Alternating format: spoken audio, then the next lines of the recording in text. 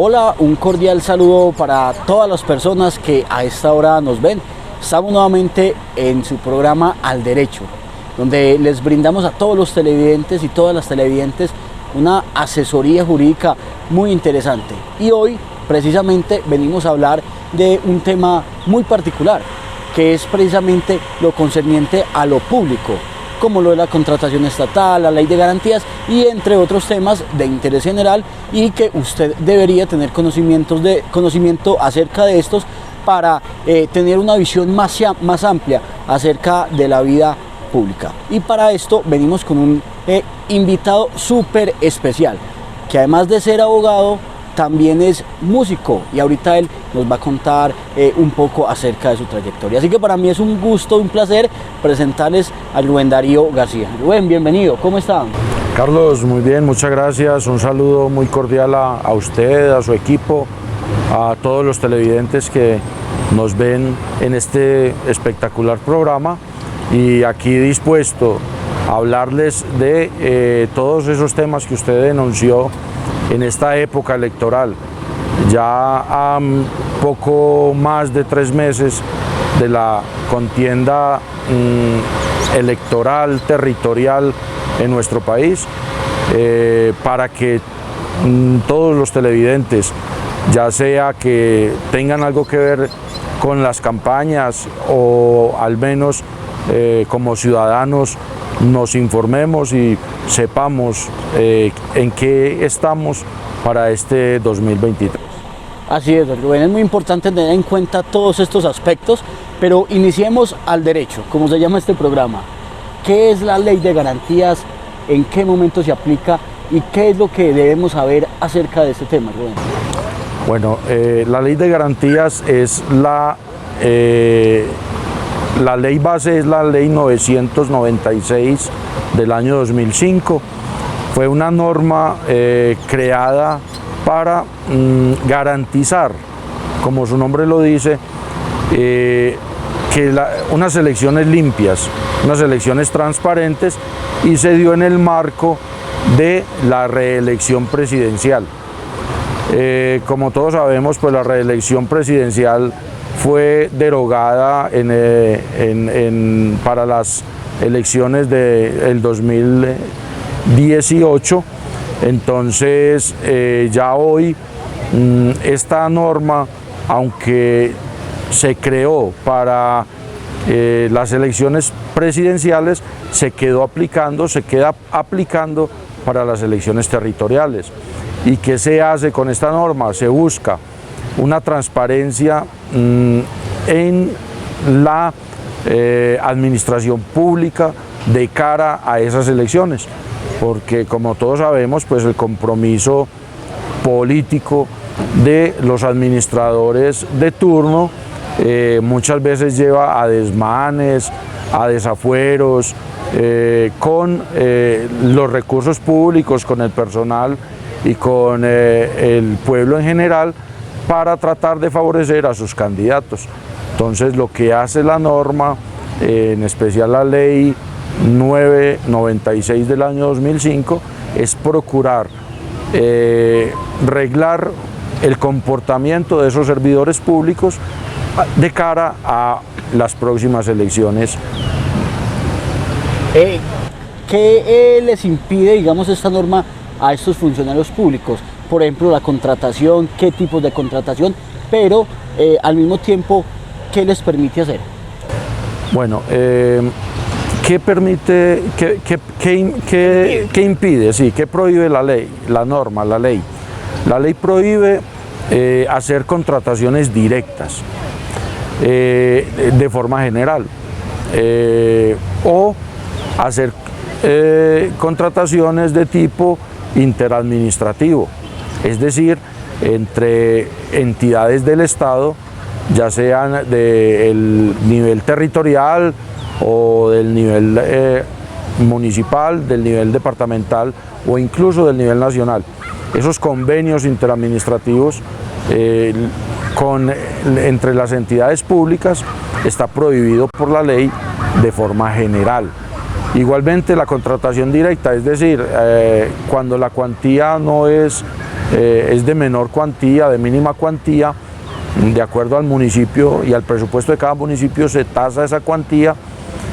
Cuando son de mínima cuantía, los administradores, alcaldes, gobernadores y las entidades que pueden contratar del orden oficial, del orden público, tienen prohibido de forma general hacer contratos de forma directa, es decir, llamar a determinadas personas, venga, hagamos un contrato para pintar la alcaldía o hagamos un contrato para hacer una señalización o para construir determinado sendero o para hacerle mantenimiento a un escenario deportivo, por ejemplo, etcétera. Ese tipo de contratación de forma general está prohibida. ¿Qué permite en estos casos la ley? Cuando esos contratos deben hacerse por emergencias o por urgencias manifiestas. Es decir, si hay una calamidad en un edificio público, si hay un desastre natural, si hay una inundación, si hay un accidente grave, entonces en estos casos sí se permite debidamente justificada la contratación. ¿Qué se prohíbe? Se prohíbe despedir personal, se prohíbe contratar personal, excepto cuando este personal cumple su tiempo de servicio. Se venció el contrato, cuando se jubiló la persona, entonces se permite reemplazar esa persona que se va. De resto no se permite ningún tipo de contratación de personal, la norma prohíbe reemplazar ese personal o ampliar las plantas de personal de las entidades públicas, excepto pues en estas excepciones cuando es porque de forma normal se da ese reemplazo o porque se ganaron el concurso de méritos o porque, como lo decía, se venció el contrato, se le venció el contrato o se jubiló determinada persona, entonces ese cargo deberá reemplazarse por necesidad del servicio. No se puede despedir a nadie porque sí, excepto pues por una falta administrativa, disciplinaria o de algún tipo debidamente comprobada y bajo la investigación y el debido proceso. Por ejemplo, una contratación por prestación de servicios, ¿no se podría? Tiene que enmarcarse esa contratación dentro de la norma, o sea, tiene que ser por una urgencia manifiesta, por una necesidad de una de las actividades que dice la norma que se permiten, por ejemplo, por un accidente, por un desastre natural, por una urgencia educativa, por una necesidad en la prestación del servicio, pero debidamente justificada. No es, por ejemplo, que el municipio necesite un abogado adicional para sus asesorías. Bueno, y una pregunta que de pronto muchas personas se hacen: ¿cuáles son los tiempos de la ley de garantía? ¿Cuándo inicia? ¿Cuándo termina? Bueno, la norma es específica al hablar de 4 meses antes de la elección. Es decir, la ley de garantías para el caso del año 2023 comienza a aplicarse a partir del 29 de junio, comenzó a aplicarse y va hasta el 29 de octubre, que es la fecha de las elecciones. Durante todo este tiempo existen esas restricciones para la contratación, para mover personal y para participar igualmente en actividades proselitistas. Bueno, hablando un poco acerca de estas elecciones que se avecinan, es decir, ya estamos en ley de garantías, como usted ya lo explicó, pero hablando un poquito de los procesos políticos.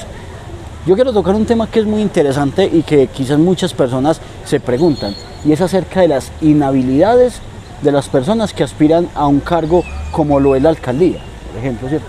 ¿Qué personas están inhabilitadas, y cuáles serían esos motivos? Bueno, la ley 617, la ley 136, la ley 1150 y el código disciplinario, el mismo código disciplinario son expresos a la hora de dar las inhabilidades. Las inhabilidades están escritas en la norma, son varias, pero así de forma general podemos decir que son aquellos empleados públicos que estuvieron en la administración del ente territorial donde vayan a aspirar, es decir, del mismo municipio de la Unión para aquellos que quieran aspirar a la Unión, a algún cargo en la Unión, o en el departamento, a aquellos que trabajen con el departamento, ¿cierto? A ellos se les aplica esa norma. Tiene varios tiempos. Cuando ese funcionario público tiene dirección, era de manejo y confianza, tenía dirección política, administrativa o policiva, o cuando manejaba recursos públicos, esa inhabilidad es un año antes de la elección, hasta un año antes de la elección. Cuando es un funcionario normal, por contrato, un funcionario vinculado a la administración, pero no era jefe, por ejemplo, no tenía mando, no manejaba recursos, esa inhabilidad es de 6 meses a la elección. Eso para el caso de los empleados públicos. Para el caso de los servidores públicos, ya por ejemplo los concejales, ellos también tienen algunas inhabilidades. Los concejales se inhabilitan si han de aspirar por partidos diferentes al que los avaló en su última elección. Entonces es lo que llamaríamos la doble militancia en caso de que no cumplan con esa prohibición, que para el caso sería, tienen que renunciar al partido político que los respaldó en la anterior elección un año antes de la inscripción. Y si van a aspirar por el mismo partido, al mismo cargo, no tendrían ningún problema porque los concejales pueden ser reelegidos. En caso de que un concejal quiera aspirar a la alcaldía, por ejemplo, debe renunciar un mes antes de la elección. Si va por su mismo partido, si va por un partido diferente, debía haber renunciado a la curul o al partido, por lo menos al partido, debía haber renunciado un año antes de la inscripción. Más o menos, de forma general, esas son las inhabilidades. Cuando hay manejo, cuando hay de recursos o mandato, cuando son jefes políticos, administrativos o policivos, y cuando se maneja recursos. Bueno, y en un caso muy particular, Rubén, precisamente, digamos, cuando el concejal es de oposición y, digamos, renuncia, porque pues un caso bien particular está pasando en la Unión, que precisamente, digamos, el que llegó a ocupar esta curul en el Consejo, mediante la oposición, es decir, Cantos segundo en la alcaldía, pues renuncia para tomar una decisión pues, de lanzarse a la alcaldía. ¿Quién ocuparía esa curul allá en el Consejo? O sea, debidamente digamos, el conteo, etcétera. ¿Quién sería la persona encargada y que ingrese por oposición? Bueno, vamos a particularizarlo para que la gente nos entienda y sepa de qué estamos hablando. Estamos hablando en concreto del caso de Eleuterio Martínez, sí, concejal electo por el Estatuto de la Oposición, es decir, él, aunque fue candidato por el partido Cambio Radical, no era concejal electo por el partido Cambio Radical, él era electo por el Estatuto de la Oposición.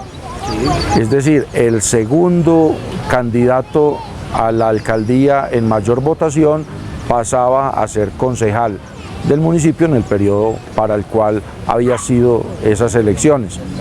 En el caso del año 2020, entonces Eleuterio pasó a ser concejal por el Estatuto de la Oposición.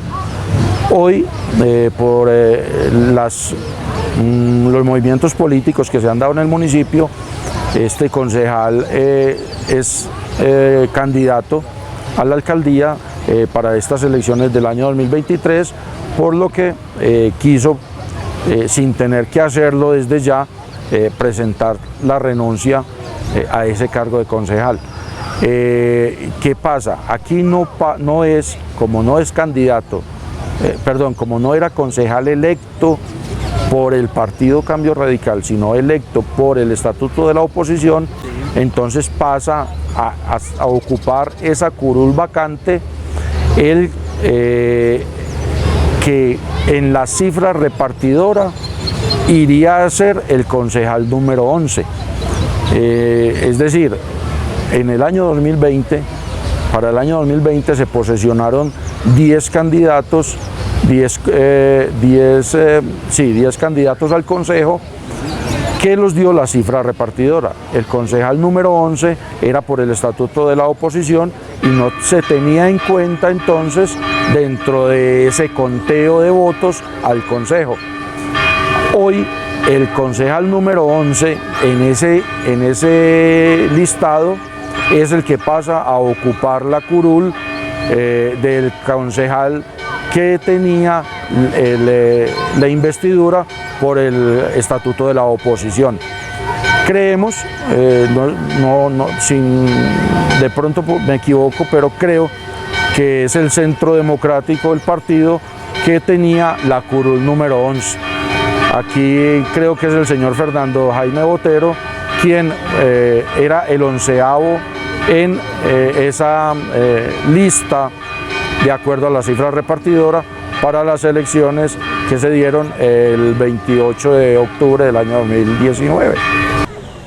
Respetando quizás, digamos, esa curul de oposición, digamos, algún comentario subjetivo, algo que, digamos, pensemos nosotros o que lo tenga usted presente, se debería respetar esa, digamos, esa curul número 11, pero en oposición, o por qué es el Centro Democrático, pues según tu explicación, pero no debería ser, digamos, la misma posición que estaría ahí en ese, digamos, ocupando esa curul. O sea, la norma le da la facultad, el estatuto de la oposición le da la facultad al segundo en votación a la alcaldía, al segundo candidato, de aceptar o no el cargo. Si él no hubiese aceptado el cargo en el año 2019 de concejal, entonces esta curul pasaba a ser la número 11 dentro del listado que tiene la registraduría de los resultados de las elecciones al consejo. Es decir, desde ese momento estaba en capilla, por decirlo de alguna forma, en espera ese 11º concejal, que pues para el ejemplo concreto, pues, o para el caso concreto, sería el del Centro Democrático, pero si por votación hubiese sido el del Partido Liberal un candidato, por ejemplo, un concejal de oficialista o de la línea del alcalde, pues pasaría como 11º concejal después de la renuncia del candidato de la oposición, este concejal del Partido Liberal para el caso de la Unión, quien pudiera haber ocupado esa curul, y independientemente de si eso no dio oposición.